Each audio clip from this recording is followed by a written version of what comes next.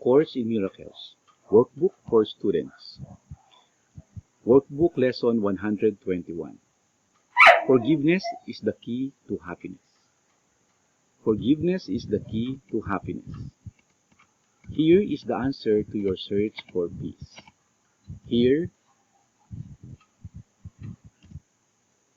is the key to meaning in a world that seems to make no sense. Here is the way to safety in apparent dangers that appear to threaten you at every turn and bring uncertainty to all your hopes of ever finding quietness and peace. Here are all questions answered. Here, the end of all uncertainty ensured at last. The unforgiving mind is full of fear and offers love no room to be itself, no place where it can spread its wings in peace and soar above the turmoil of the world. The unforgiving mind is sad, without the hope of respite and release from pain. It suffers and abides in misery, peering about in darkness, seeing not, yet certain of the danger lurking there. The unforgiving mind is torn with doubt, confused about itself and all it sees, afraid and angry, weak and blustering, afraid to go ahead, afraid to stay, afraid to waken or to go to sleep, afraid of every sound, yet more afraid of stillness, terrified of darkness, yet more terrified at the approach of light. What can the unforgiving mind perceive but its damnation? What can it behold except the proof that all its sins are real? The unforgiving mind sees no mistakes, but only sins. It looks upon the world with sightless eyes, and shrieks as it beholds its own projections rising to attack its miserable parody of life. It wants to live, yet wishes it were. It wants forgiveness, yet it sees no hope. It wants escape, yet can conceive of none because it sees the sinful everywhere. The unforgiving mind is in despair, without the prospect of a future which can offer anything but more despair. Yet it regards its judgment of the world as irreversible, and does not see it has condemned itself to this despair. It thinks it cannot change, for what it sees bears witness that its judgment is correct. It does not ask, because it thinks it knows. It does not question, certain it is right. Forgiveness is acquired. It is not inherent in the mind, which cannot sin, as sin is an idea you thought yourself.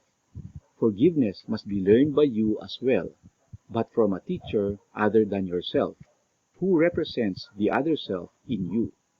Through him, you learn how to forgive the self you think you made, and let it disappear. Thus you return your mind as one to him who is yourself and who can never sin. Each unforgiving mind presents you with an opportunity to teach your own how to forgive itself. Each one awaits release from hell through you and turns to you imploringly for heaven here and now. It has no hope, but you become its hope, and as its hope do you become your own. The unforgiving mind must learn through your forgiveness that it has been saved from hell, and as you teach salvation, you will learn.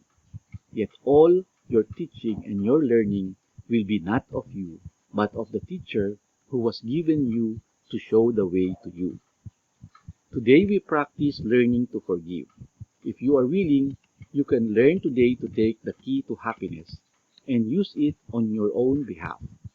We will devote 10 minutes in the morning and at night another 10 to learning how to give forgiveness and receive forgiveness too.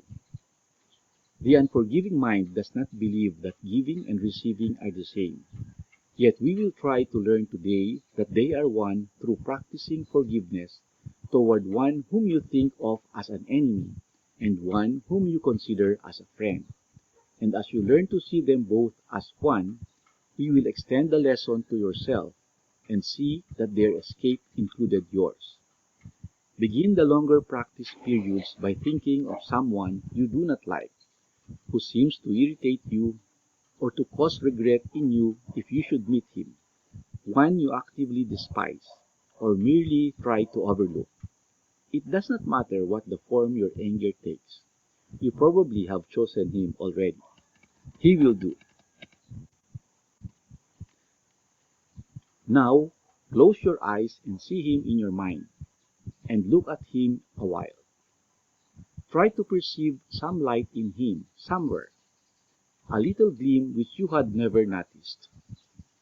Try to find some little spark of brightness shining through the ugly picture that you hold of him. Look at this picture till you see a light somewhere within it, and then try to let this light extend until it covers him and makes the picture beautiful and ugly. Look at this changed perception for a while, and turn your mind to one you call a friend.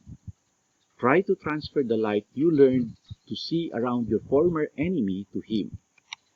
Perceive him now as more than friend to you, for in that light his holiness shows you your Savior, saved and saving, healed and whole.